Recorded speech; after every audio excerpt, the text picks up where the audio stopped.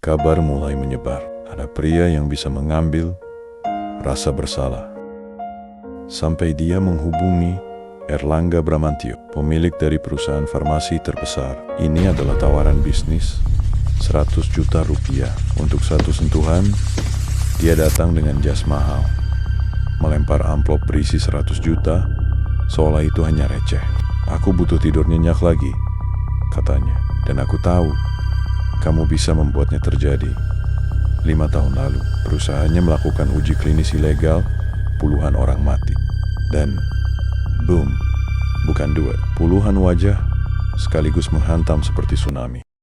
Erlangga pergi dengan langkah ringan. Pertama kali dalam 5 tahun, dia bisa tidur nyenyak.